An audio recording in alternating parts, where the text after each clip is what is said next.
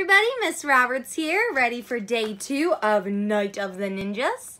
I hope this new recording platform is working for everyone. I just can't figure out what's going on with the microphone on my laptop. But for now, I think it works out, and at least it gets the videos uploaded, so I'm still spending time with you. We are starting chapter 3 today. And we just headed off to who knows where, because we don't know where these ninjas may be.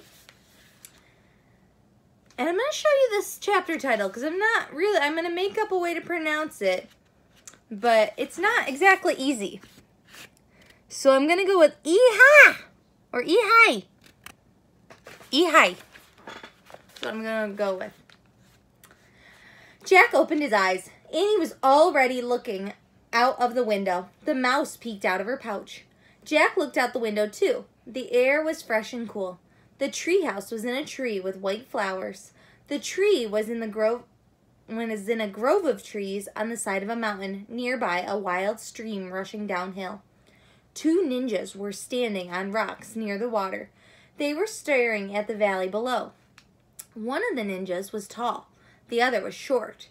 They wore black pants and shirts. They had black scarves around their heads and the swords strapped to their backs. It was exactly like the picture in the book. Jack crouched below the window. "Be careful," he whispered. "Don't let them see you." "Why not?" Annie whispered back.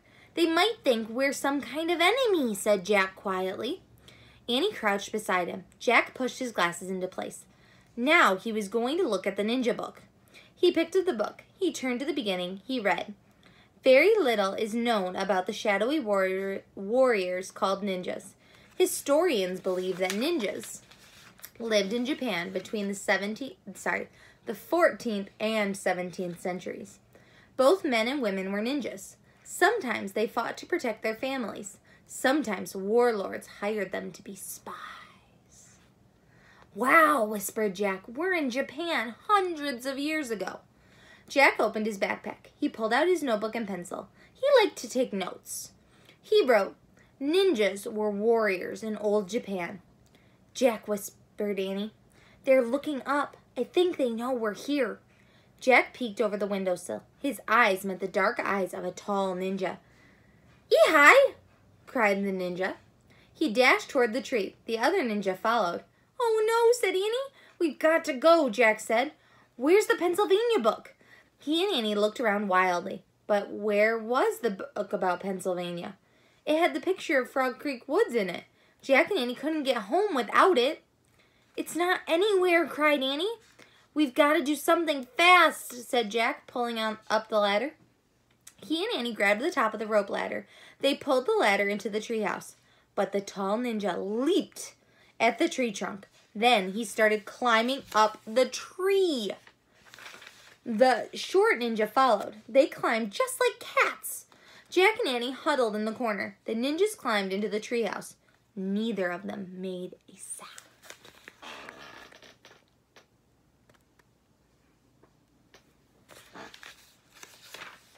Chapter 4, Captured. I think Annie and Jack are kind of good at getting captured. The ninjas pulled iron bands off their hands. The bands had spikes like claws on them.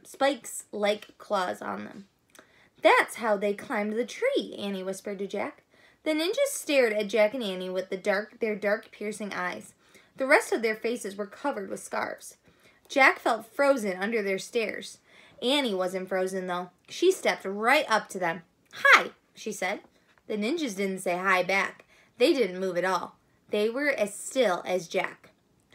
"We're trying to help our friend Morgan," said Annie. She held up Morgan's note. The tall ninja took the note from her. He looked at it. Then he gave it to the short ninja. The 2 ninjas stared at each other. Then they looked back at Jack and Annie. Finally, the short ninja nodded once. He put the note into the pocket of his shirt. "You can help us?" Annie asked. Neither ninja spoke. Jack wished he could see their faces. He couldn't tell what they were thinking. The short ninja tossed the rope ladder back out of the treehouse. The tall one pointed down the ladder. Then he pointed at Jack and Annie. "Uh-oh," thought Jack. Were they being captured? "Us go with you?" said Annie. The ninja nodded. "Oh boy," said Oh, no, that's not what she said. She said, "Oh, boy," said Annie. "Oh, boy, is she nuts?" wondered Jack. The short ninja darted down the ladder. He went hand over hand. His feet didn't touch the rungs of the ladder. The tall one did the same. Jack gasped. The ninjas moved very fast. They were like spiders dropping from webs. "Wow," said Annie. "Now's our chance to leave," said Jack. "Quick." He looked around the treehouse again.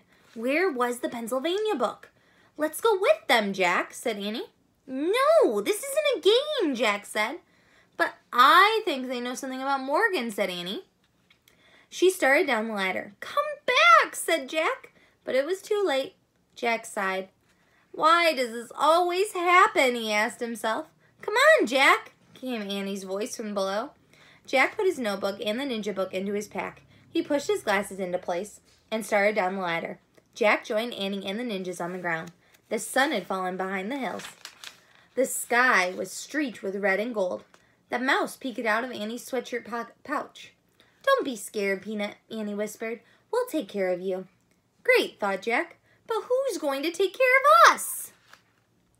The short ninja held Jack's arm in one hand and Annie's arm in the other.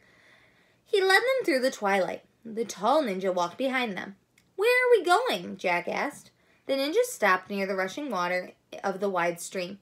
The water roared as it raced downhill. The short ninja looked at Jack and Annie.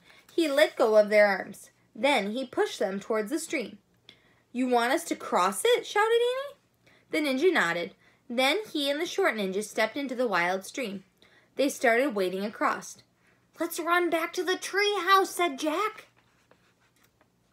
"No, we have to follow them," said Annie, "for Morgan's sake." Jack took a deep breath. She was right. Annie grabbed Jack's hand. Together they stepped into the water. "Yikes!" they both screamed and jumped out. It was the coldest water Jack had ever felt. It was colder than ice. It was so cold it felt like fire.